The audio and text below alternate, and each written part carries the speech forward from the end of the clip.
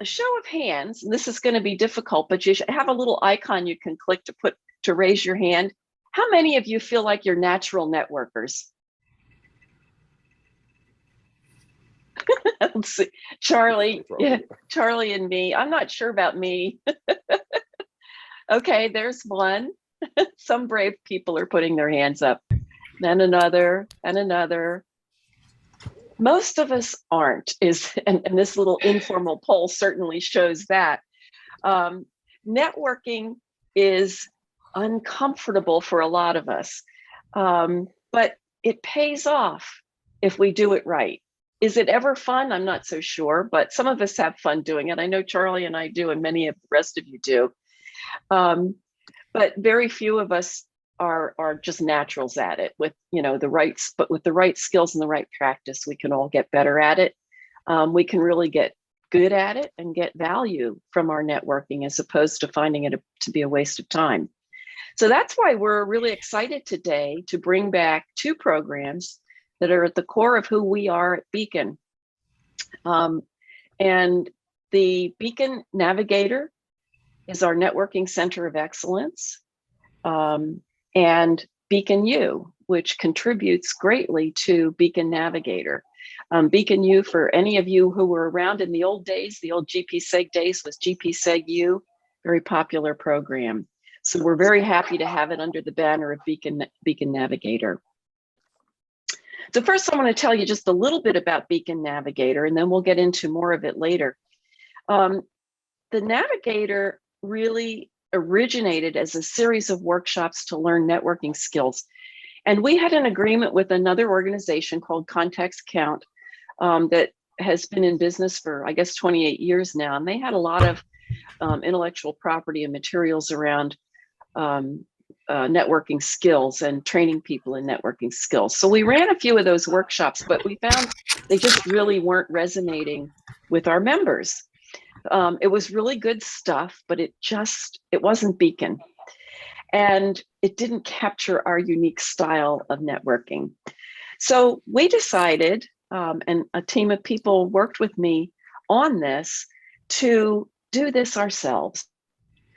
And what better way to define networking skills than to start talking with our members who are really good networkers, and learn from them.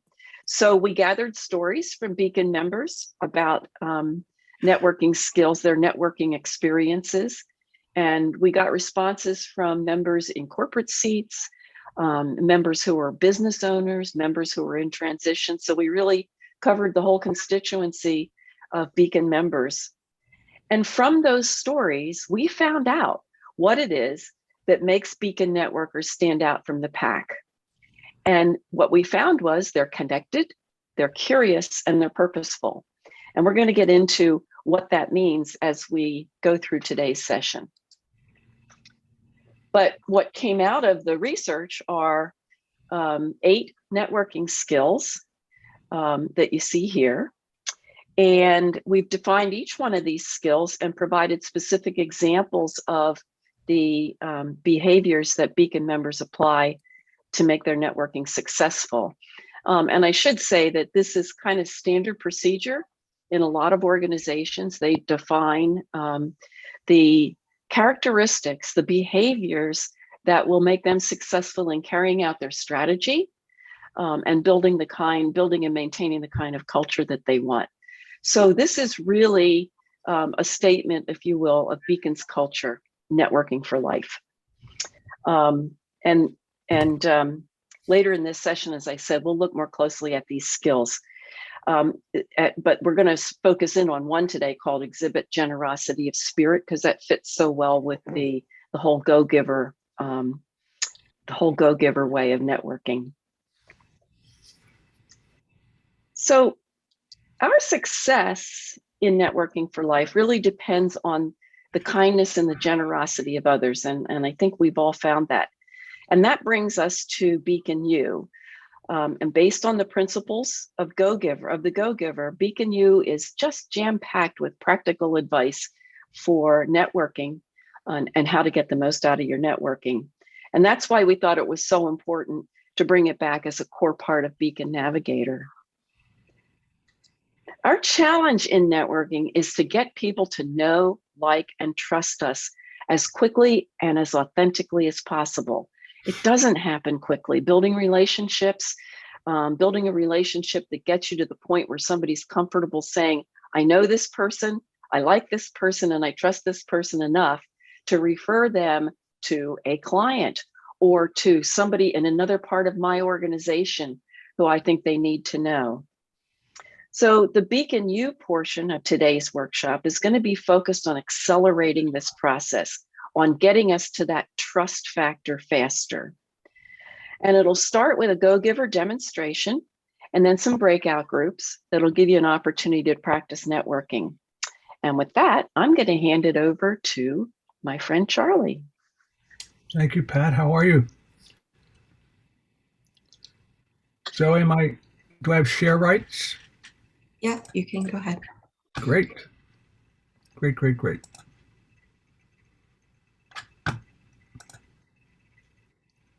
There we go. Everybody can see that. Looking good, Charlie. Is it all there? Yep. Okay. All right. I'm just moving things around on my screen, gang. First of all, thank you all for coming.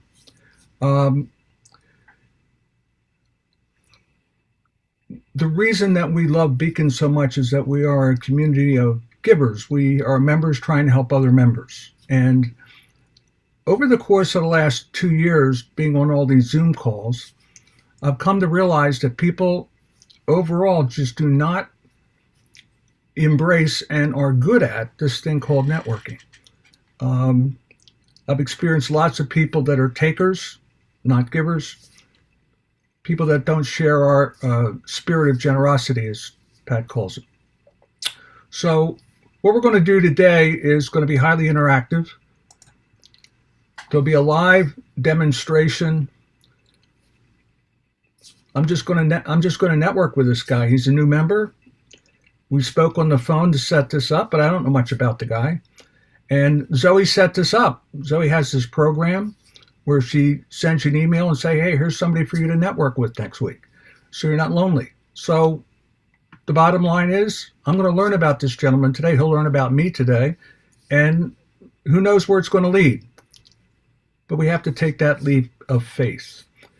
When it is over, we're going to go through a period of debrief. What did we just experience? What did we see? We'll have conversation around that. And then what I'm going to do is go through and deconstruct what I call the authentic conversation. I don't call it a networking call. I'm saying you're having an authentic conversation with somebody. Because part of the problem with networking is the word networking. If Beacon's motto was building trusted relationships for life, we'd all might approach it differently than networking for life. Then we're going to go into Zoom rooms, and you're going to get a chance with 3 or 4 other people to do a little networking around your value proposition. So I'm forewarning you, you're going to talk about your value proposition, the benefits that you provide to others, whether as a consultant, as somebody in a seat in a corporation, or as an executive in transition. What's the value you deliver? And then afterwards, if we have time, we'll all go into breakout rooms and we'll just have informal networking. So all of you can meet one another and begin a new chapter.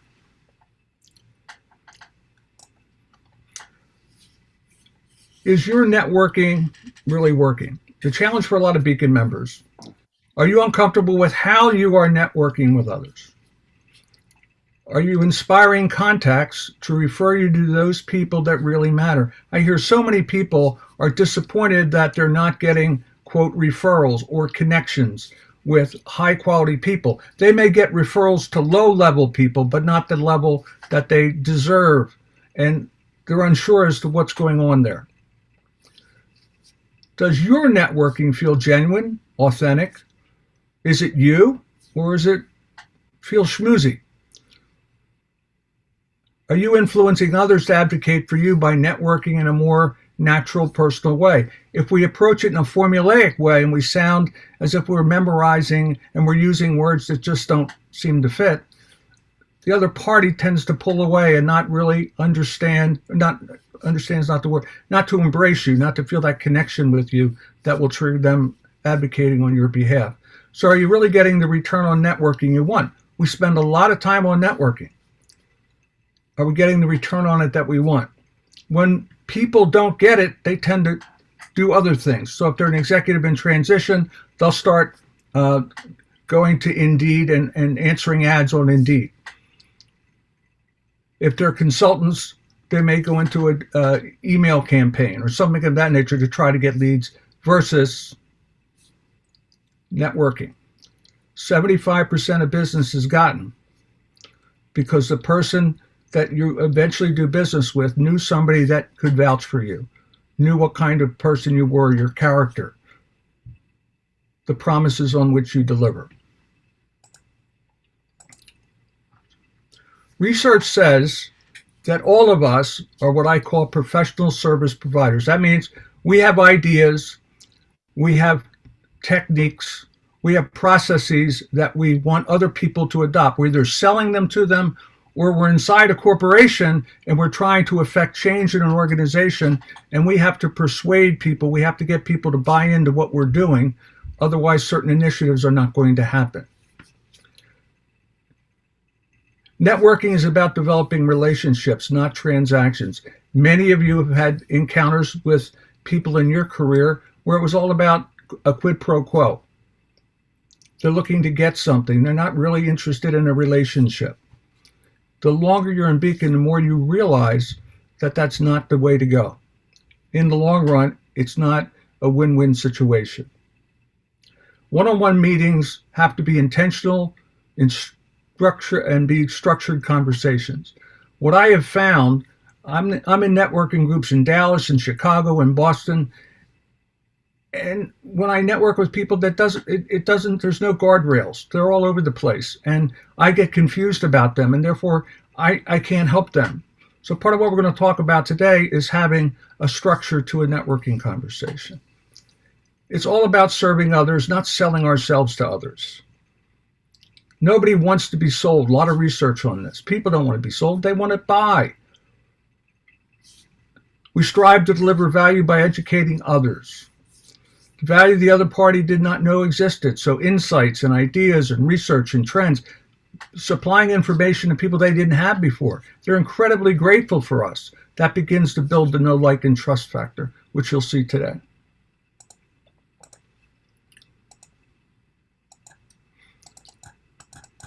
So I'll give you a moment to take a look at that, the mission of a one-on-one conversation. I'm trying to figure out what the relevance of that other party is to me, so I can best serve that other party. How can they best serve me? Because they're going to say, Charlie, what can I do to help you? So I have to, if I know where they're coming from and know what their capabilities are, I can make an ask of them that they can deliver on. I want to discover what kind of values and beliefs we may share, or we have similar purposes. I want to communicate our point of view to each other so we understand where we're coming from, and possibly communicate some of our thought leadership. We're all subject matter experts in something. They may need what we have as part of they fulfilling their agenda, their goals with their career. So what happens when we enable other people to talk and share themselves with us? We acquire knowledge. I never learned anything by talking. I learned by listening. So I want to give people an opportunity to share things with me. I gain an alternative approach to things, or they may gain an alternative approach, because there's more than one way to succeed. I learn about different ideas, different ways of thinking, of approaching situations. I get an opportunity to connect dots to discover the things that I don't know, that are right in front of me, but I can't see them. And I can share appropriate value add that my service offering might provide, or theirs might provide to me. So what's my strategy? So today we're talking about, how does Charlie do this? I'm not saying this is what you should do. I'm just saying, here's what I do. And the feedback I get from people in Beacon, outside, they're very grateful for the conversation they have with me. They always come out of it with more insight, more aware, more clarity, more things to do, and they're very grateful for that. And that's what I'm trying to create. I'm trying to have that kind of an impact on them. So this is what I do, and it may work for you, it may not work for you. Believe me, it didn't happen overnight. Somebody said, Charlie, how long have you been doing this? And I said, maybe 35 years. It takes a long time to get good at things, to find your voice and do it your way. So my strategy is always to build relationships that matter. I'm trying to find people that I can really relate to and I can help, and they can be of help to me. I want to cultivate advocates. I want people talking about me. So if you're in a networking conversation and somebody has a challenge that Charlie Timmons can help them with, I want you to say, I know a guy. Have you ever talked to Charlie? You should talk to Charlie. That's what I'm trying to do. And the more I learn about the other party, I can refer people to them as well. I'm also looking for relevant strategic partners. I don't solve all the problems. I only solve a couple. I need to have other people in my network that I can call upon and refer in to people that I'm having calls with. If they're my client, they may have other needs that people in my network can address. So on networking, I'm trying to find other people that can be part of my tribe to help others. And I'm also trying to exhibit the beacon spirit of generosity to make sure that they know that I care enough about them, that I want to help them, that I'm trying to help them. Maya Angelou said, people may forget what you said or what you did, but they'll never forget how you made them feel. And if they know that I care about them, that's a great start to a long-term relationship. Many of you are familiar with the Go-Giver. It's a parable based on 5 what they call laws of stratospheric success. Today, as we're going through this conversation, I want you to listen very carefully and see how these laws are touched upon by me, because I'm very conscious of them as I have conversations with people and as I build relationships with people. We'll come back to this later on in the debrief. So, today myself and David Butoff. David, did I pronounce your name correctly? Very close. It's Butoff. If you say Rudolph, you can kind of get your mouth trained to say Butoff. Butoff. Okay, thank you very much. No problem. I'm told people's names are very important to them. You don't want to screw them up. Right? So what David and I are going to do is launch into this conversation. I ask you to put yourselves on mute. If you have questions during the course of this, just put them in the chat. Zoe will monitor the chat. When we come out of the role play, we'll address those particular questions and others that you may have along the way. Okay, so we're gonna be at this for about 20 minutes. Maybe it'll go a little bit longer if David and I feel that it's worthwhile. So David and I haven't rehearsed this. He doesn't know what to expect. I don't know what to expect. Isn't that the way life is? So we're going to try to approach it from that particular point of view. So, all right. I want to go back.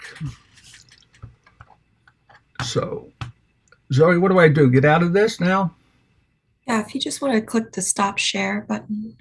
Okay. I'm going to spotlight the two of you so that everyone can see you larger on the screen. And then everyone, when this part's over, you can go back to gallery view and I can explain how to do that. So thank you, Zoe.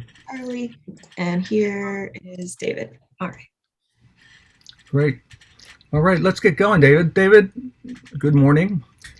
Good morning. David, I was lucky that Zoe, sent me that email saying that you're my member of the week that I wanted to network with. So happy that we could get together. Likewise. And man, I don't know much about you, and I'd love to get to know you better today as a result of all this. David, what do you want to get out of our conversation today?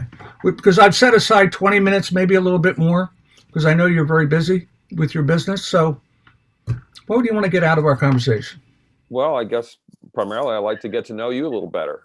And maybe I'll tell you a little bit about myself, but always looking to get to know more people and find out what other people are about. So maybe it can be a bit of a mutual thing here. Okay, good. I'm okay with that. I'll make sure that that happens. Also, as I'm listening to you, I may have ideas and thoughts and insights that I might want to share with you. Is that okay? Absolutely. Yeah. Be Okay. great. And listen, I respect your time, so I'll keep my eye on the clock and make sure that we get done on things. You don't know much about me, so why don't I start and share a little bit about me at first? That would be great. I'd really appreciate that.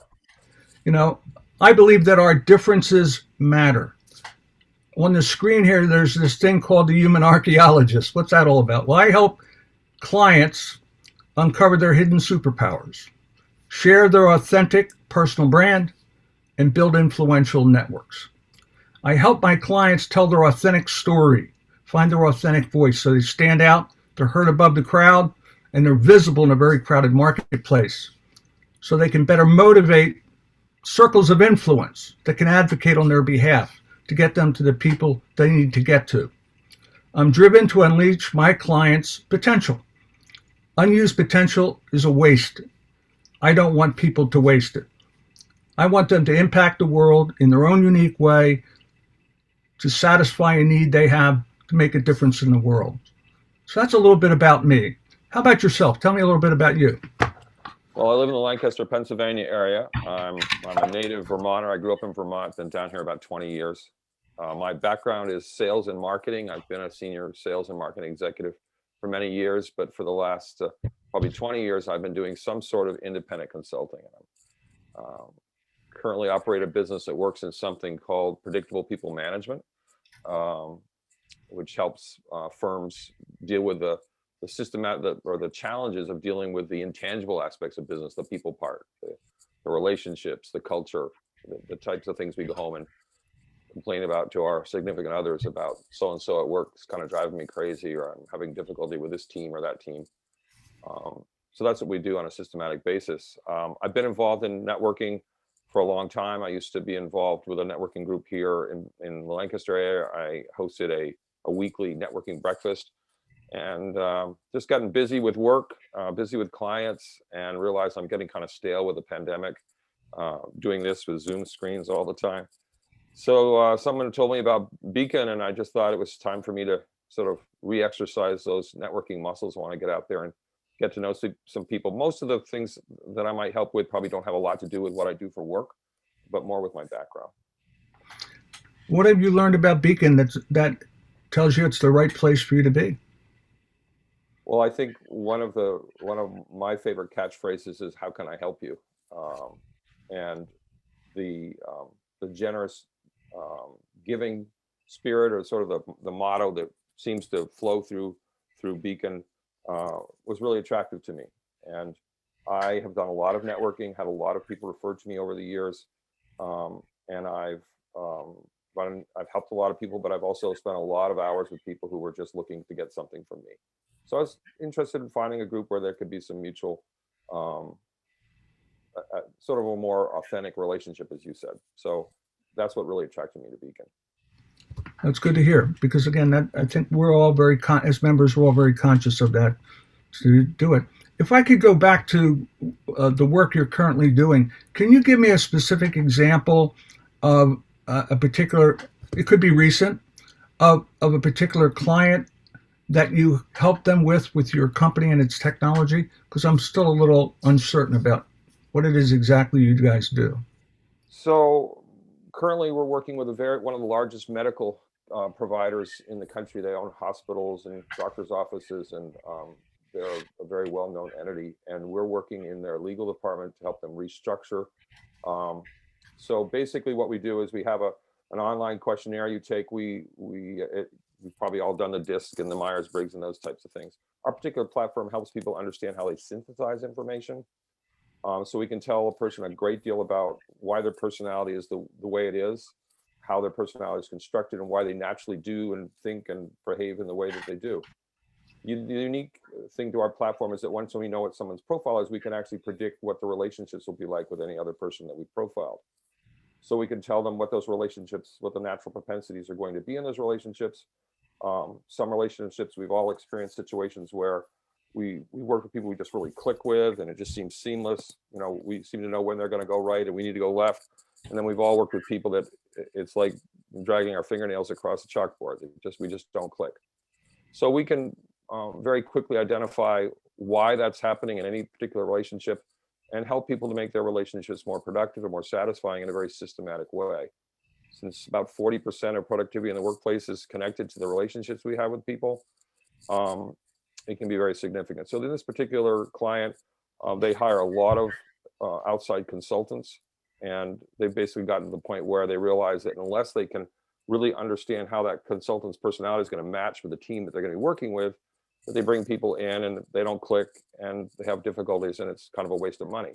So now they basically profile everybody that comes in the door to make sure that the relationships are going to be productive and that they can line the right people up with the right people. And so you represent the company that has the technology that they purchase. That's correct. Yeah, but yes. Is it a SaaS application, or is it something Yes, that's it's something that works. It's an online questionnaire. It resides in the cloud. You have something called a visual team builder where you can bring people out on a screen and move people around and click on things and tell you, right away, what the dynamics are going to be there or not. Well, there's always dynamics. It's whether they're helpful or maybe not helpful. So, what are the ongoing revenue streams that this creates for you and your group? so there's licensing fees to the software, and also we do a lot of hourly consulting, getting together with senior executives and really helping them understand, what on earth's going on with this particular group, or why, maybe they're having difficulties with turnover, or projects are lagging and not really as productive as they need to be. It usually relates back to a human issue. So, yeah. Are you responsible for the United States or a specific portion of the states? North America, so the United States and Canada. Wow. So how many people in the organization? It's very small. We're a very small group. The technology has existed for probably 15 years, and we have been very selective in who we work with, which has allowed us to work with some very large and prestigious companies. And we're just kind of looking for it to get in traction so that we can grow it further. And we're beginning to see that the turn. It's a little scary sometimes, but that's kind of where we're at. So when you bring on a new client, do you need to hire new talent on your team? That's something that is definitely a certain need that we have that's looming in the future. We're working on developing some software applications. So some of the things that we're doing now live can be done on a phone app or something like that. So you're going into a meeting, you could click on this and say, okay, I'm meeting with Fred. What are the do's and don'ts with Fred? How should I conduct myself? What can I expect from Fred? And what's going to happen from a human interaction standpoint. That sounds somewhat revolutionary. Is there anybody else doing anything like this? I guess the short answer is no. So that's why as you can tell by looking at me, I'm at or past retirement age. But I've been passionate about this for a good number of years. I guess I've been doing this for about 12 years now. And I think it's a Lean or Six Sigma in the human part of business globally. So that's why I'm still doing it and not going to the beach in our travel trailer more often. When I took a look at your career journey, you've been doing sales, marketing, and marketing management for well over 14 years. Yeah, actually longer than that, but I try not to make that show in my LinkedIn profile how old I really am. So what do you get out of doing this besides an income? I like helping people. I've always, from when I was really young, I spent 15 years on the board of directors for a private child care agency, helping kids that didn't have a place to live. A lot of them came from, violent and terrible backgrounds, and we were trained families to care for them. So I was the chairman of the board of directors, chairman of the finance committee, did that for many years. I've been involved in different organizations that are involved in just helping people. And it's just something that's sort of part of me, I guess. I'm taking notes as we go. I've been blessed in life, and I grew up in a good family with parents that love me, and so I'm married to a wonderful woman for 36 years, and I have 3 very vibrant daughters and now 9 grandchildren. So I'm blessed, and I like to see if I can help people. I guess it's the only way I can really describe it. I just enjoy doing it.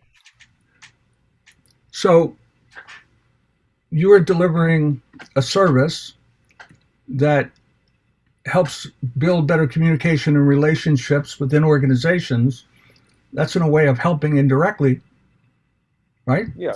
And I What get you're a being great deal able of to do. satisfaction. You know, some of the clients I work with, the individually have individual meetings with clients, employees, and everything they tell me is confidential. And sometimes they really open up, and because our platform is so revealing about, we're able to tell them in a few minutes why the person they've been working with for 10 years they've been really struggling, why it's happening, what's happening. You know, the floodgates tend to open up, and people tell us a lot of things, and it's very satisfying to be able to help people.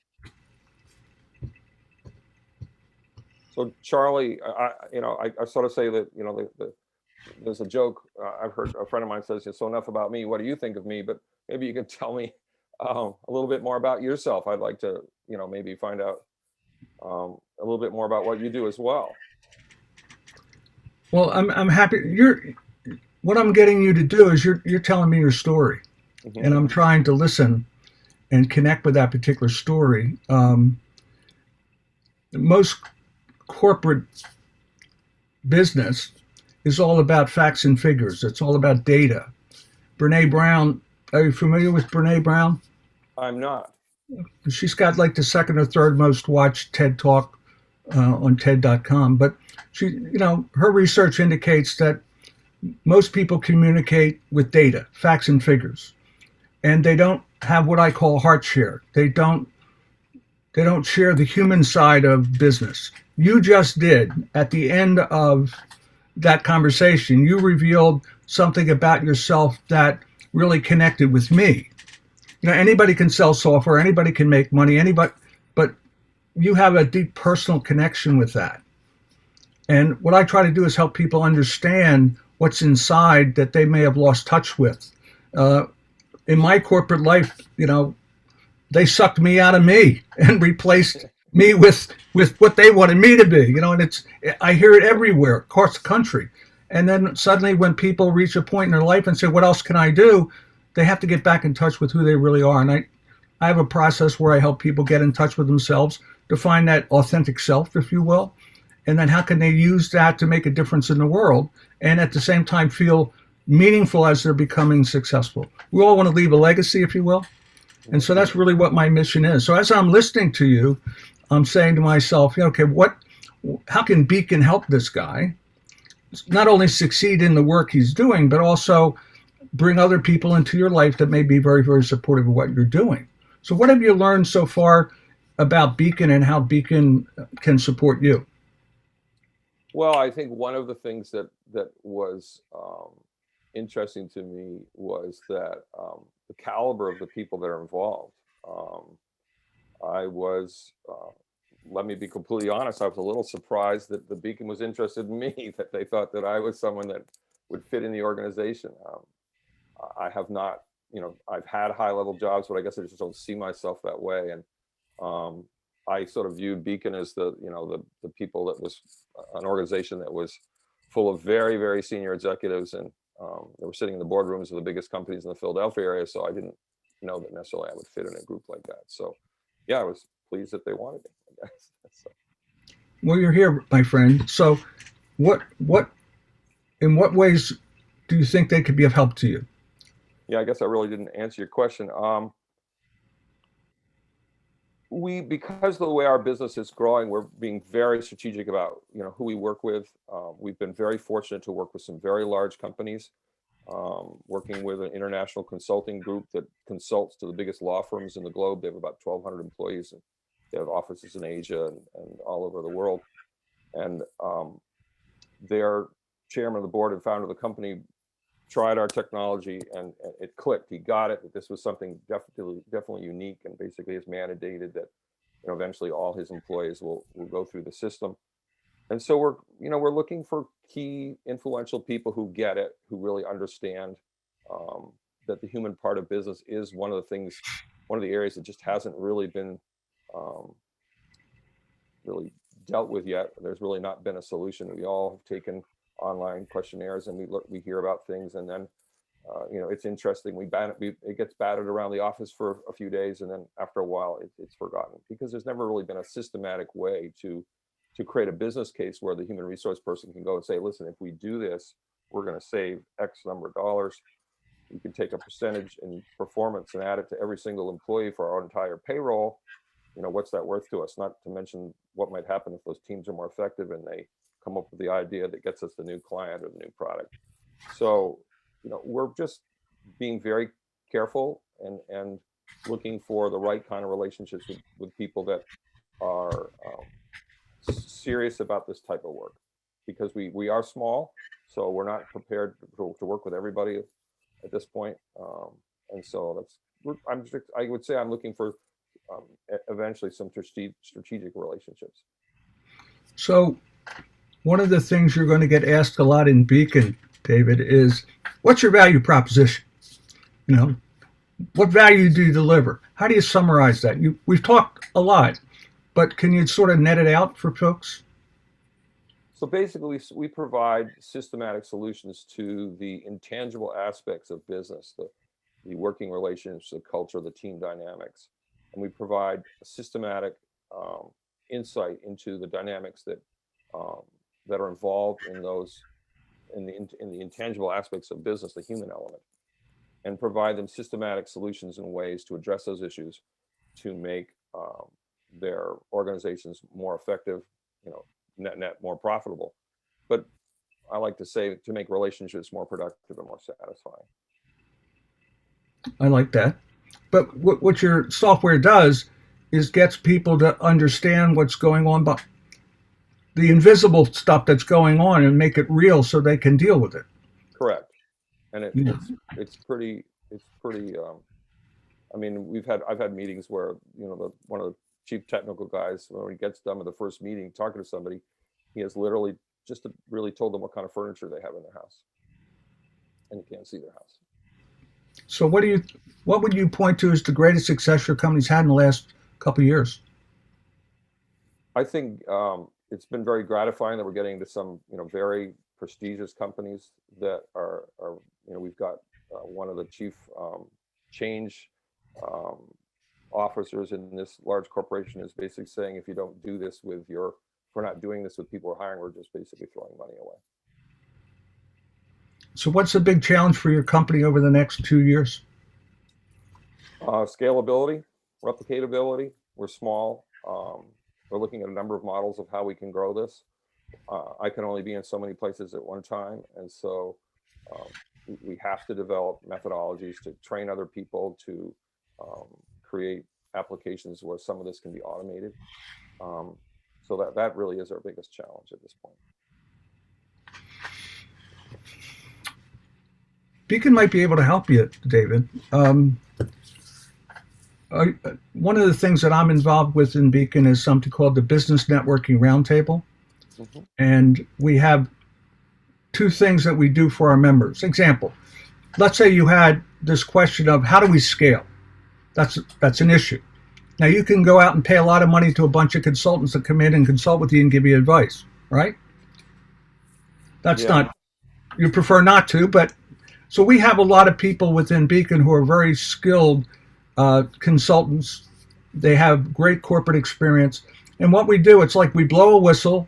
We say, hey, we have a client who has a particular issue and they want feedback on it.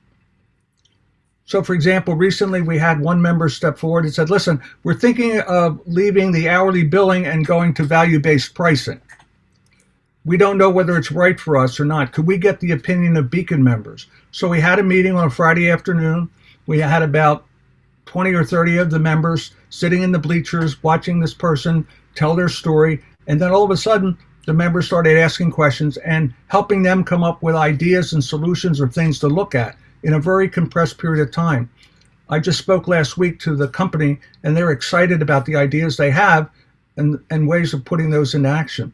Could something like that be of help to you? Potentially, yeah. I mean, that sounds very interesting. Beacon has, I originally contacted Beacon because I was looking for a particular attorney with a very specialist skills. And that's how I actually ended up contacting somebody at Beacon, because I was looking for that connection, and I've been successful in finding someone that's working with me. They're Beacon members. So yes, you know, that's one of the reasons how I got into this in the first place, was looking for that very specialized attorney that could help me with, because our business is international, and I'm dealing with a partner in Australia and one in home offices in Manchester, UK. So looking for some help in that regard. So yeah, it sounds great. Well, I'm happy to follow up with you on that and talk about how we can make that happen for you, because again, right now, nobody knows who David is, right? A very limited number of Beacon members, and this would give you a lot of visibility and put you center stage as to what you can do, the value you can deliver, and how you might be able to help other members. Right. I think it would be a quick immersion for you and for them as well. I'd appreciate that. One of the things I wanted to ask you, in one of the people that reached out to me from Beacon, just to reach out to me, you know, was very much like in this conversation, you're asking me a lot of questions about myself, which I greatly appreciate. But in the course of the conversation, I could detect that that person was having some struggles in their own business. And so I said, well, listen, let's get together again, but next time we get together, let's talk about your business. I want you to tell me all about what's going on. And so I was able to meet with that person and to really hear what was going on, and because most of my background is in business development, in sales and marketing, growing companies. It isn't in this human, you know, the thing I'm doing now. That's kind of my passion, but not my background. And so I was able to offer a lot of suggestions that were very helpful to the person. And actually using one of our other products, running, you know, I'm doing a pro bono thing with one of our other softwares to kind of establish a baseline for that company's particular brand. And so just curious if there isn't some opportunity for me to find out more about you and your business, and maybe how I might be able to help you. Who, me? Yes. Oh, me in Charlie. particular. Oh, Yes. okay. That's fine. Yeah, that's all part of it. Listen, I'm looking for to be introduced to three different types of people, David. Those that are in a seat, they hate it, they want to do something different, but they don't know what's next. They don't know how to get it. They don't know how to find next while they're still working. I can help them navigate that. I've been doing that for 25 years. People that are out of work, and for some reason, they're not getting traction, they're not attracting attention. They may think it's age or some other factor, but they just don't really have a game plan designed for them. And my job is to help them figure out what makes them different, unique, and then make sure we market that to get them the things that they deserve at this stage of their career. And the other fact is there's a lot of people going into consulting, and most people will say once they decide to go into consulting, they get lots of business right away. Their friends give them contracts and short-term engagements, and my God, they're in seventh heaven. This is fantastic. I don't have politics. I'm my own boss. I control my own destiny until you don't. You wake up one morning, the pipeline's empty. There's no revenue forecast for 90 days, and you're wondering, wait a minute, what went wrong? Maybe I should go back to corporate America. Wrong. You're on this path, but you got off to the wrong start, in my opinion. You don't know who you are. People buy you, David. I'm listening to you today, and people are buying you. You get in front of somebody, they know that you're genuine. They know that you're well-intentioned. You know your stuff. People have to understand themselves more. What's their unique value? What differentiates them from other people in the market? Because people make decisions here. To rationalize them here. And if they don't know this part of them, they don't know how to infuse that into business, the human side of business, they're going to come up short. That's what all the research says. That's what my experience tells me as well. So I'm looking to meet with those three kinds of people. And the best way to do that is if you're talking to somebody and suddenly it sounds like they want a lot of career advice from you, that's not your specialty. You tell them, hey, that's not my area of specialization. But I know a guy, and I know that guy will meet with you, have a conversation with you. I'll make sure he doesn't charge you. but I'll make sure he listens, and you'll come away, I believe, with some clarity and a sense of direction you didn't have before. And then what I make them do, David, is I make them call you and thank you for the time that I spent with them, because the only reason I'm doing it is you're a Beacon member. I'm trying to elevate your preeminence in the conversation. Was that helpful? It is very helpful. Well, I have a question for you about that. I'm working with clients. I'm working with employees of clients who are paying me. What would be the ethical issues in me, maybe because I do care about people. Sometimes I'm hearing a lot of pain about the job they're in right now, but their employer is paying me to talk to that person. What are the ethics in referring them to somebody like you who might tell them that what they're doing right now is not what they should be doing? Well,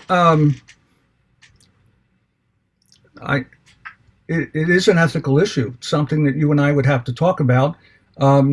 If I am just offering them an opinion on behalf of you, Mm-hmm.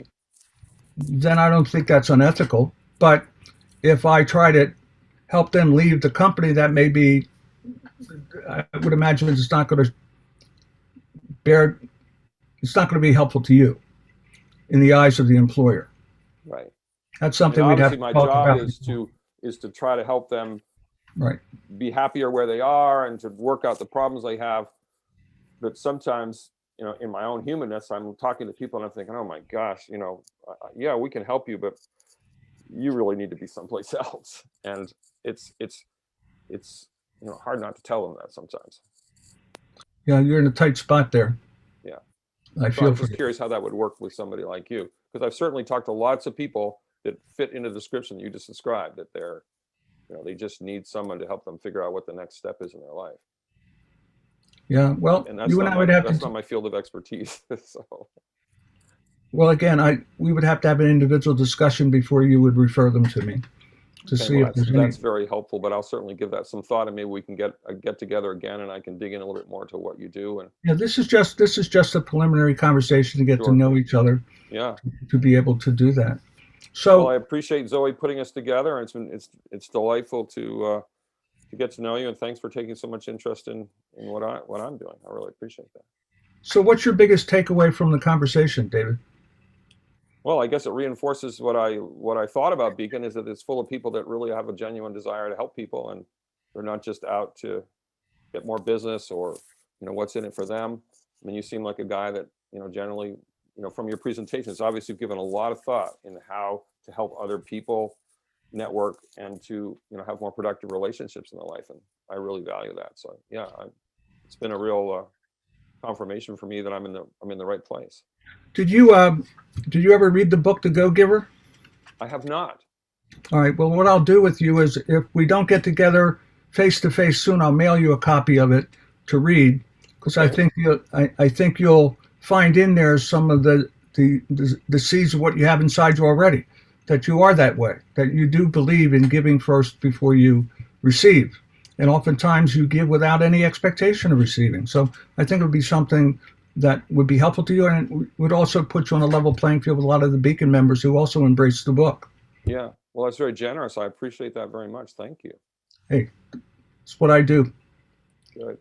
So, as a follow-up, I'll reach out to you with regard to this business. We call it a rapid response team, is what we Okay. call it. Mhm. And if you want to speak to somebody who's going through the process to get a sense of its value, I can also arrange that for you. That'd be great. I certainly want to make sure that if I'm going to take everybody's time, that it seems like the right thing to do. Yeah. Well, I'll get you ready. Don't worry about that. You'll be All ready. right. Okay. So it's All right. it's on me now to follow up with you to Yes. do that, and I'll do that within the coming week. That's greatly appreciated. I can't tell you much. I appreciate this opportunity to chat with you. Thank you very, very much. I appreciate that as well. All right. Thank you take for your care of time, my yourself. friend. Be All well. right. Thanks a lot. Be well. Okay. Back to you, Zoe. What do we do? So Charlie, if you want to go ahead and share your slides again. Well, we have some. Do we have any questions in the chat that people want answered right away? We did have one question just about how many employees did David have? I don't know if you're comfortable answering that, David. I don't make any false pretenses. There are 3 of us working on planet Earth. Okay, great. And then I don't know if this is, Just one follow up to that. So do you use independent contractors to complement? Yes, and to some degree, but not significantly, really. It's All really the right. three of us. Okay. Some small cases, but not really. All right. Because you were what, 6'4" when you took on this responsibility, and you're what now, 5'11"? Yeah, that's never quite got over 6 feet, but yeah. Yeah. Good. Thank you very much. I really appreciate this. Hang around. Okay. All right, Zoe, go back to Sharon. Okay. So let's just go through this. I was very grateful to David. He made it easy. In that meeting, there was a framework we followed. There was specific content I wanted to share. I wanted to listen to him. And there's a flow, the back and forth. So what's in the framework? First stage of the framework is something I call the COAT, C-O-A-T. It has to do with how we introduced ourselves, and I'll go back to that in a moment. The second is the mutual discovery stage, where I'm trying to understand about him and he's trying to understand about me. The third is insights, feedback, if you will. What I heard that I wanted to share with him and what he heard that he wanted to share with me. And then finally, what's next? So this is a structure that I follow to make sure that I touch all the bases, if you will, because it's important that the individual leaves with an understanding that I'm trying to help, or I'm trying to get them to people that can be of help to them, because that's part of my brand. So what does COACH stand for? And by the way, you're going to get a copy of all these slides, everybody, so you don't have to take notes. C is for context. Trying to establish the background of the meeting. Who was the person that made the connection to bring us together? And that was Zoe. And what are the reasons for why you are meeting with this particular person? So many times people make networking meetings 2 weeks in advance and they forget how this person got to them and why. And so I'd like to establish that right in the beginning. O stands for objectives. What are David's objectives or outcomes for the meeting? As you heard him say, so I want to get to know you and you to get to know me. That's fine. What is it that he wants to get out of the conversation with Charlie? He was clear on that. What are the alternate objectives? They're mine. What are Charlie's tangible objectives or outcomes for the meeting? What is it Charlie wants to gain from the conversation with David? And what does Charlie want David to get out of the meeting? So I want him to understand me, but I want him to understand me in the context of himself. And time, establish the agreed upon time. So we went a little bit over the time, but he was on a roll. He was happy talking about what he was talking about. I was listening. I was connecting the dots. I was trying to see how Beacon could be of help to him and how I could be of help to him. At the moment, I don't know how Charlie and what I do for a living could be of help to them, but I know other Beacon members who may be able to help this guy. And by doing a rapid response team program, I'll get those people in a room with them, right? Because we just found out, thanks to Darren, this man has 3 people in his company and he wants to scale. How's that going to happen? So this could be the loaves and the fishes, circa 2021. Okay, next. What do advocates want to hear from us? These are the types of things that I try to weave into the conversation. I try to get these things across to people about me, so they come away having this kind of understanding about me. And I'm going to go through these with you in a moment. And I'm listening for this from the other person, because if they aren't communicating these items with me, I'm not going to connect with them to the best degree that I could, and maybe I could help them in this area. Maybe in the next follow-up meeting with David, when I'm preparing him for his RRT, I can help him develop his value proposition a little bit better. So here's what I said to him when he said, "Charlie, tell me about you." And this is what I said. All right. So now, I did some homework on him. I understood that field he was in, where he talked about human capital management and getting and helping organizations function from that level. So I tailored my comments around that particular point. So it was all about helping people stand out and be the best person they can be, which I believe would resonate with him. Did it, David? Yes. Yeah, it was. Okay, because again, it's about finding relevance and connection with the other party. Because at this particular point, David's not going to take me into his accounts, right? Because I don't do that kind of business. So how can he come across people that may need what I have? Because if he knows me, likes me, and trusts me, chances are he'll take a shot and refer somebody to me. And that's what I'm looking for. So what's a positioning statement? I call it a personal brand statement. And you try to answer these particular questions. Who are you? What makes you distinctive? Why should people choose you? And what's your value proposition? So I try to weave that into whatever I create for myself. And they want it all in about 2 minutes. And that's based on some research done by a former vice president of marketing for that famous company called Kodak. So here's a Beacon member. This is how she introduced herself. When bad things happen to good manufacturing organizations, failure doesn't have to be an option. Hi, I'm a CTO, a Chief Triage Officer. I work with operationally dysfunctional organizations to first improve their operational effectiveness and then help them regain their market share. So that positions her in the mind's eye of the listener, and this listener is going to have definitely questions based on what she just said. The purpose of a personal brand statement is not to provide all the answers. It's to create curiosity, cause the other party to begin asking questions that are important to them so that you can help answer those questions and build that relationship. So the value proposition element of it answers a very simple question. After you listen to what Carolyn just said, you're probably saying, so what? What makes that difference? And here's what I consider a very brief, I call it short form of the value that she delivers. I deliver consistent, tangible value. She would say this out loud. I deliver consistent, tangible value in 3 areas. I find problems before they are problems. I create win-win solutions by addressing the problem, not symptoms.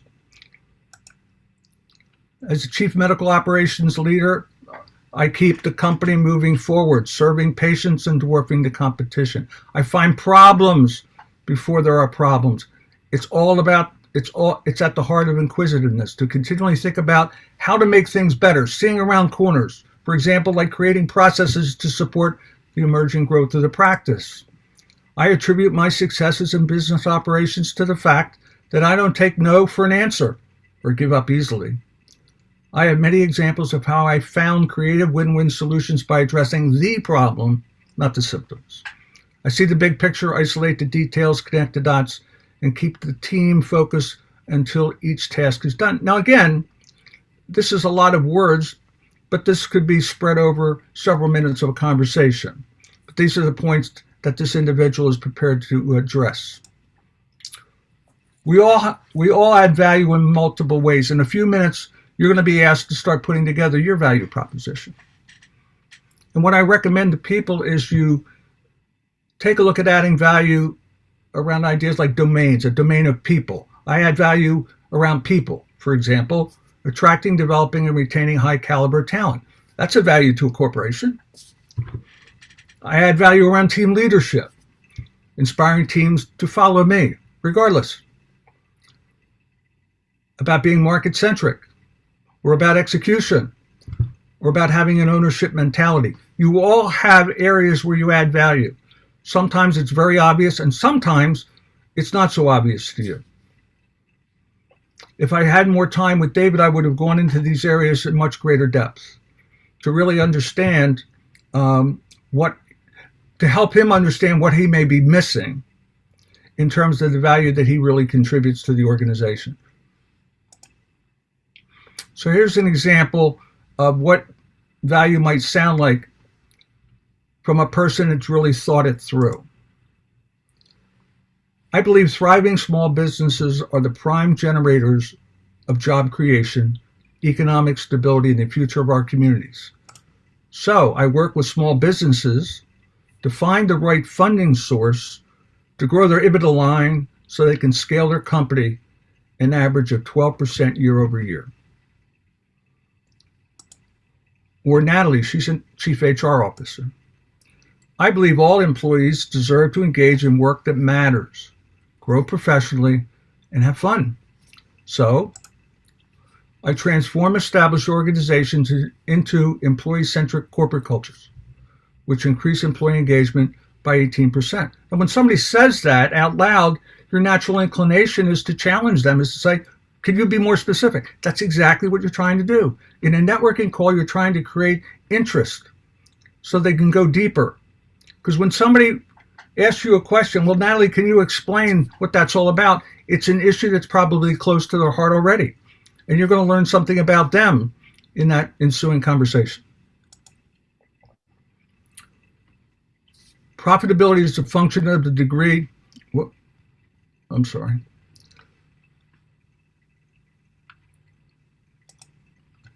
of employee engagement. All kinds of studies on this. The higher the employee engagement, the greater the profit of a company. Many organizations haven't heard about this. So in David's situation, where he's got software that can identify how people might work, that has something to do with engagement. So if I had further conversations with David, I'd probably say, does that word resonate with you? Engagement. Is that something that is a byproduct of what you do? If the answer is yes, people pay for that today. They want more engagement. And he may have a way to help them get it. His key to scaling his business may be in his messaging, not in his prospecting.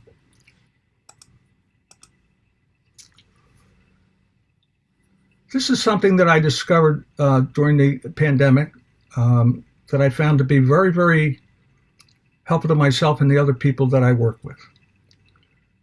Questions really matter. By posing the right questions, it leads to deeper conversations, which create relationships that then lead to referrals to those individuals who may know of people and/or opportunities that have the potential to convert either into advocacy or outcomes that end up being win-win for all parties. So right questions lead to conversations, lead to relationships, lead to referrals, lead to the opportunities to convert in a win-win outcome. That's what we're trying to do in these networking meetings, is try to find out where the connectivity is so that people can understand us better and hook us up with people in their network that may be of help to us, or we may be of great help to them.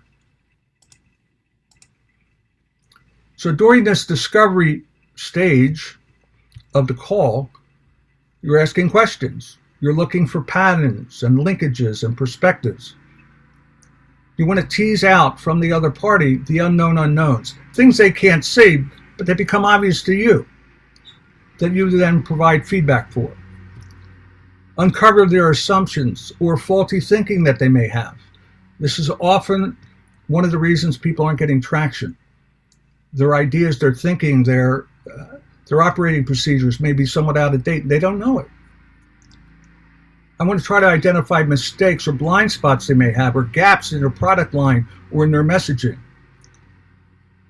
Because in the next phase, I'm going to help connect the dots for them to provide a distinctive perspective, to provide insights that could be helpful to them, to share trends of what's going on in the marketplace. So the thing about engagement with David, I would talk to him about that because people are spending money on that. That's a hot topic right now. He may not be aware of it because many of us, when we have our own businesses, we're so focused on the business, we may not be aware of what's happening around us. And I also want to educate. I want to help him get smarter at what he's doing, for which he will be very grateful to me. That will build our relationship, make it tighter.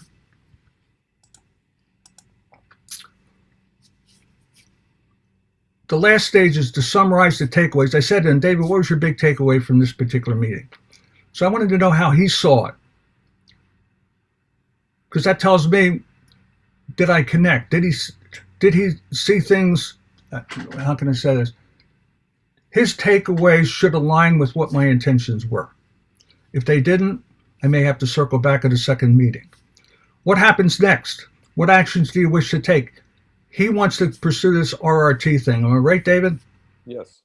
Okay, so something positive will come out of this particular meeting. That benefits him and it benefits me, right? I did not have to go into any kind of conversation to try to motivate him to see what's next. He saw it naturally as a result of the conversation. And at the end, the ask. He asked me, he said to me, how can I help you? And I told him.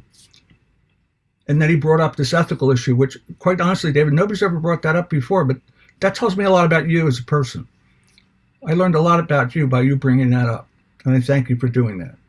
But again, he knows what I'm looking for. I just want conversations with people that may lead somewhere to be able to do that. So that's the framework that I talked about.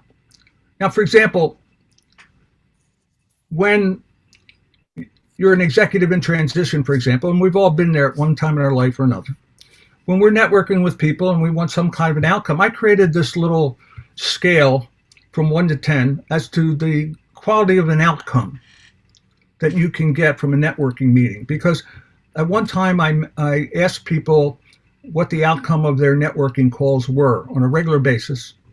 And then I created a chart and I looked at percentages, and I found that many people, if they did get referrals, they were low quality referrals. That told me that they were not effective in their networking meeting. They weren't connecting with the person. They weren't motivating the person to advocate for them, to take risks on their behalf. So I created this little chart. So in a network, as a result of a networking meeting, if somebody says, hey, you know something, Taylor, I'm going to keep my eyes and ears open for you. Okay? Now, you may be excited with that answer because, hey, you know, this guy's going to keep me top of mind. I would suggest to you that he's trying to blow you off. He's not going to keep you top of mind. That's my experience. That's what I've heard candidates tell me. But if he said to you at the top, you know something, I know a guy through my Vistage group that I'd like to have a meeting with you. I'll set up a lunch with him and we'll sit down and talk because I really think you may have something to offer him. Which one do you want? Which one says that the other party really bought into you and wants to help you and advocate for you and make something happen for you? That's the goal, because you're all very good at what you do.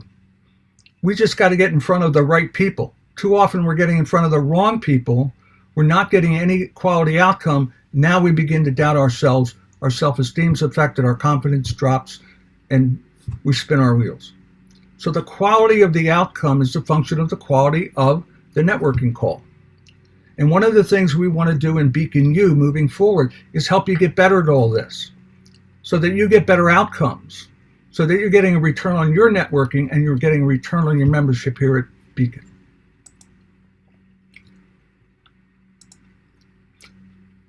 So I'd like to stop at this particular point before we go into an interactive Zoom room segment and see if there are any questions that people may have that we should address before we go into this breakout room. Zoe. See any questions in the chat, but I did notice a comment from earlier. I think it was that they're saying they liked this question. I noticed you've been doing X for a while. What else do you get out of it other than a paycheck? So you asked that when you were doing the demonstration with David, and it seems like this person connected with that. Does anyone have any questions? If you want to unmute and ask live, or you can put it in the chat and I'm happy to address them to Charlie. Let's then go into breakouts if we can. So what I'm going to ask you to do, Zoe, how long did we agree to be in those breakout rooms? We're going to do 20 minutes. The first 5 is for you to kind of silently come up with your value prop, which Charlie's going to show up here. I'll put a message to everyone after the 5 minutes are up that you'll then have 15 more minutes for you to actually share them out to the group. So it'll be 20 minutes total, but I'll give you a 5-minute a notice after 5 minutes. So when you go into the room, you'll quietly begin to formulate your own value proposition. And listen, just do the best you can. It takes years to develop these things and be totally comfortable with them. You all offer more value than you can imagine. And the idea is to be able to succinctly articulate it to people so they get you and they understand that you're worth referring. And that value proposition, you should deliver value in more than one way.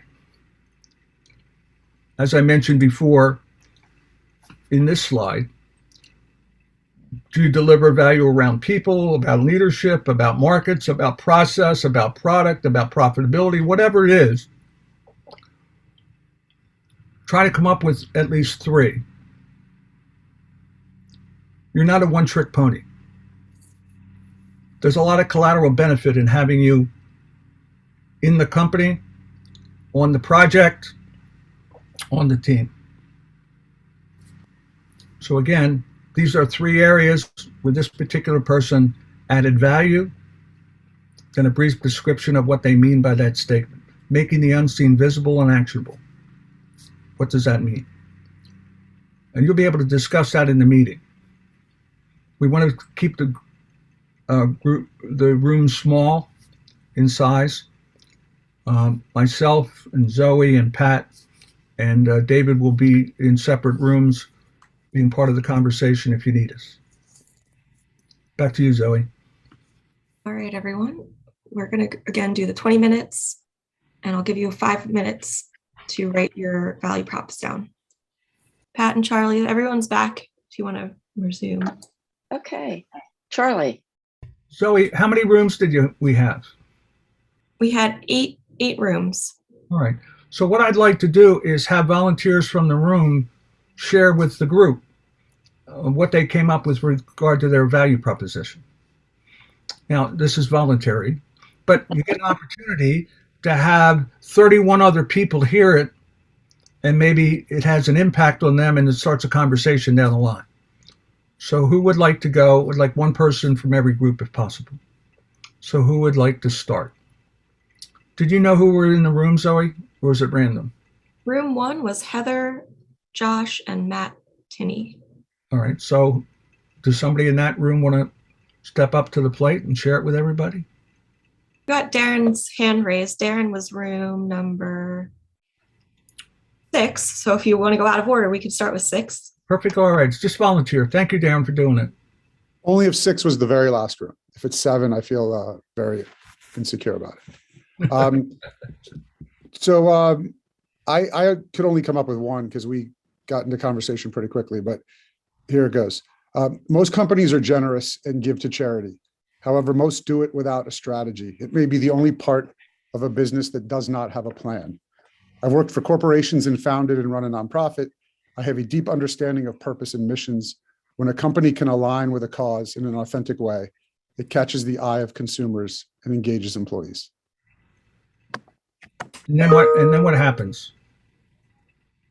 Then I stop talking.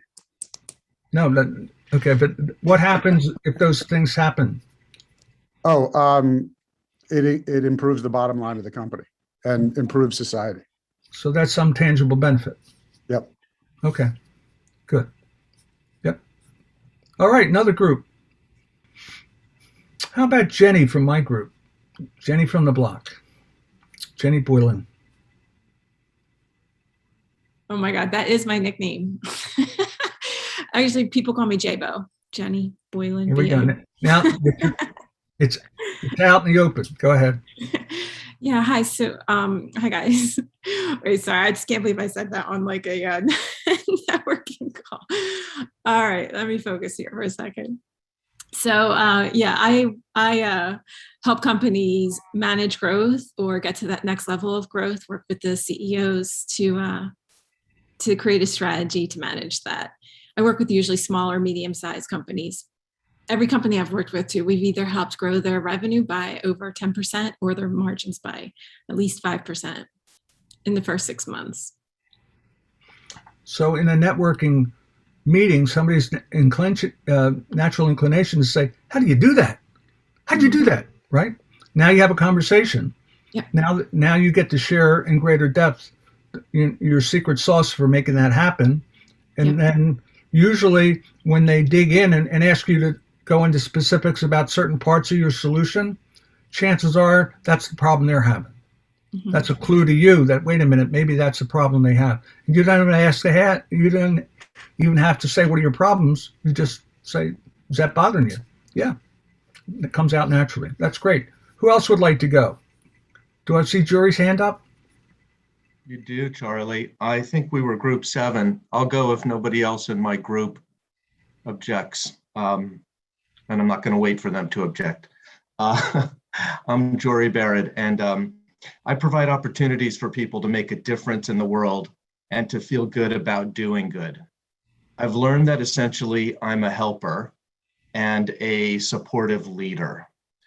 I love kids and young people, and I really enjoy and find happiness and fulfillment in helping people.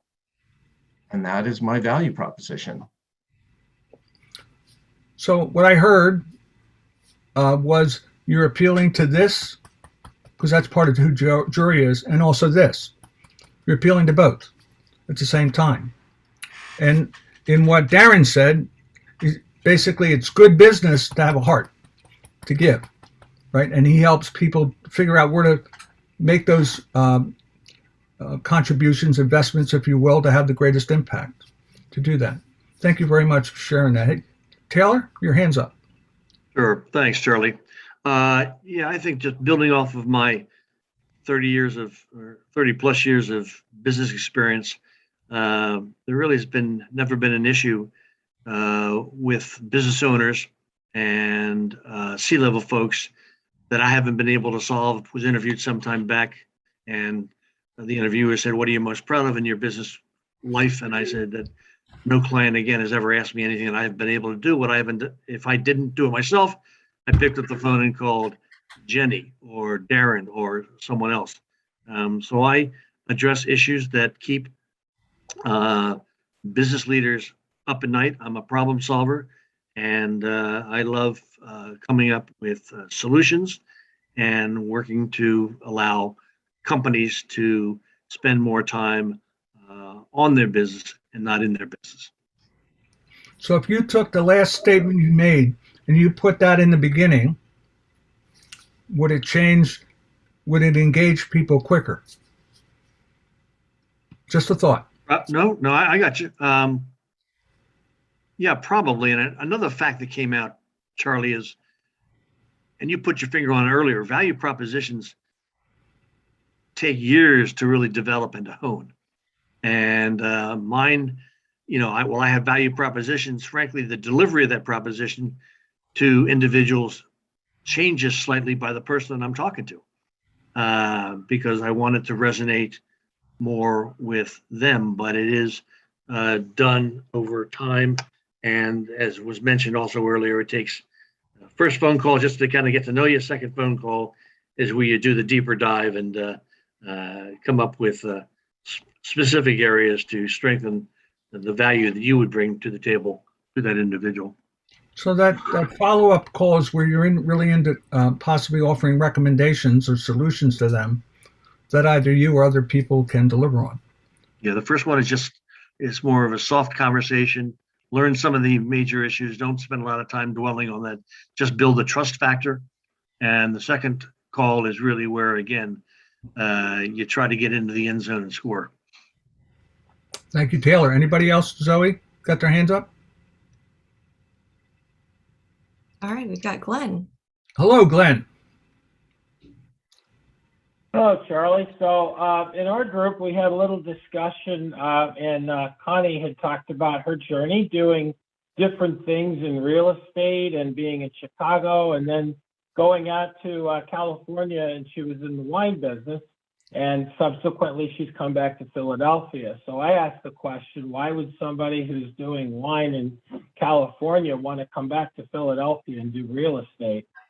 And in the course of the discussion, Connie pointed out that she has family reasons to be back in Philadelphia. And, as interesting as wine was and a passion that it was for her, there were also financial and benefit reasons to get back into real estate I think what I learned about that, and I'm applying that myself, is your value proposition at one point in time might change very differently for the simple reason that you want to do different things. So what might work 5 years ago needs to be completely revised. And if it's something I'm going through at the moment, I found that discussion really helpful. Thank you, Connie. To your great point, Glenn, when we're trying to project our value to people, it should be in the context of what we want our future to look like. To talk about our value 10 years ago may not be relevant to what we're going to do next. So we have to find, what do we want to do next? And then, okay, what value can I deliver to those that want me to do it for them? Whether you're a consultant, you're an employee, or you're someone that's looking for work to do that. Great point. Anybody else, Zoe? Thank you all for sharing. It's not easy. Believe me, it's not easy. Okay, let me go back in, Zoe, and we're going to start to wrap up. All right. So we're going to have another meeting like this on December 1st, and I'll put together the agenda for the meeting, but I would like it to be sort of a continuation of what we're doing here. It'll be a lot of interactive exercises, small group work, to have people get to know one another and to help one another perfect their messaging, their delivery. That's what we're going to try to do. How can we all become we all believe in networking. How can we become more effective at networking, and how can we help one another in a safe environment? That'll happen on that date. We're going to have, hopefully by the end of the week, I'll have something up there to explain what we're going to do. Put it on your calendar. If you want, got to go back one. So if you want to have more conversation about what you want to do around your networking calls, I'm happy to have a meeting with you, one-on-one complimentary meeting. Just seek me out and I'm happy to do that for you. Okay. You're going to get a copy of the slide deck. You're going to get a copy of the video will be posted on, Zoe, why didn't you tell them where it's going to be? So we're going to be posting the video. That'll be probably next week sometime. But right after this, we'll send out Charlie's slides. Pat also has something to share around the networking GPS from Navigator. So you'll get a follow-up email later today with all of that information. So as a follow-up,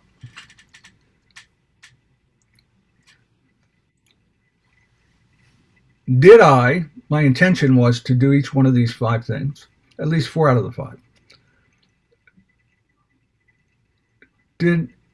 My true worth is determined by how much more you give in value than you take in payment.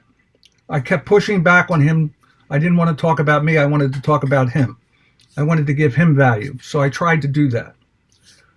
My income is determined by how many people you serve and how well you serve them. That's you.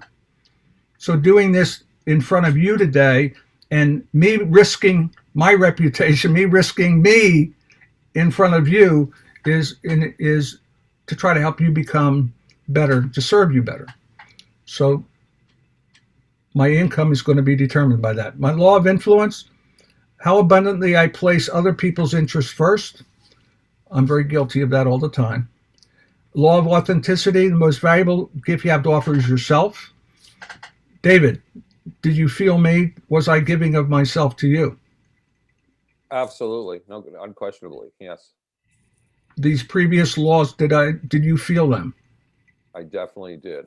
It was very evident in the way you were genuinely interested in getting me to talk about myself.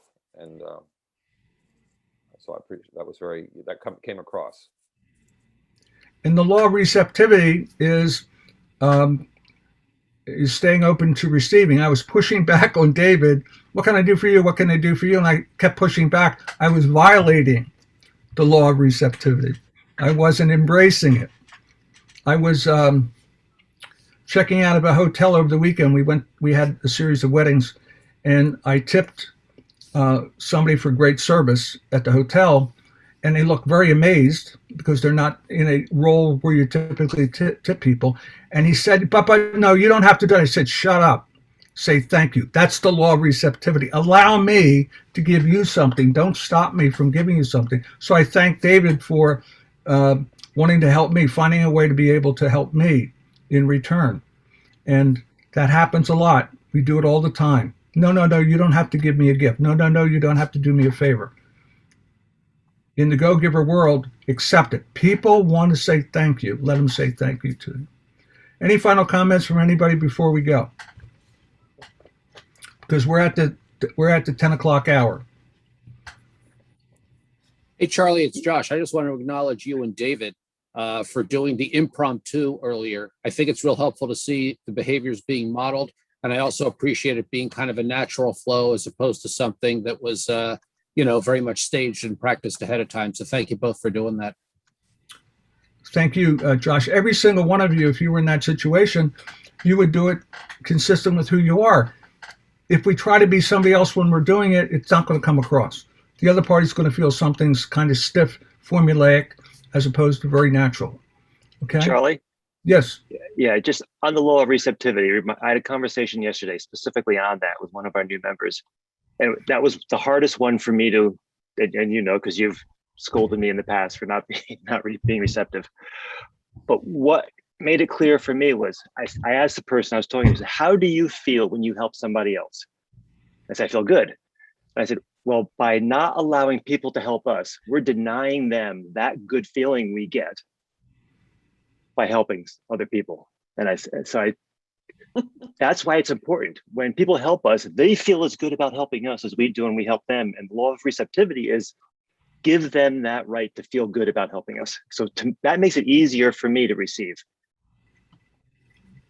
Excellent. Yeah, good point. And Mark's got his hand up. Yeah, 2 points, Charlie and David. Love the authenticity, love the spontaneity of a real networking conversation. Very useful.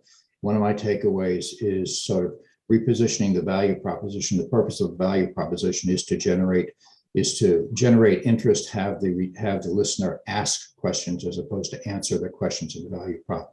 Very useful for me. Thank you both. Our pleasure. Thank you. When I've done this in the past, it lands on people differently. All I'm trying to do is get you maybe to reconsider how you may be doing it, try some things, take some risks. The goal is to get other people to know you better while you're getting to know them better as well. So, Pat, I'm going to stop and then kick it back to you. Thanks, Charlie. So I don't want to hold people up. I want to be respectful of your time. We were going to do a little bit of a deeper dive into what's called the Navigator Networking GPS. And it is truly a guide to help you improve your networking and to get you to where you want to go intentionally. So we'll provide, and as Zoe said, we'll provide information about that in our follow-up email. We will give you access to the GPS, which has does a deeper dive into a lot of the networking skills that Charlie and David were exhibiting today in their demonstration demonstration conversation. And not only does it go into those skills in detail, but the guide provides activities where you can actually practice those skills in the natural course of your networking. And it's got a reading list. And one of the big small books on the reading list is The Go-Giver by Bob Berg and John David Mann. So we recommend that to everyone. And David will be getting his copy of it, but I think everybody should pick up a copy of it and give it a look. It's a great book. So thank you all very much for coming and for hanging in here with us for 2 hours. That's a long time. I hope the rest of your day goes well, and make it a giving day. Thank you. Beacon is the premier executive networking organization serving the Mid-Atlantic region. To learn more, go to beaconforlife.org.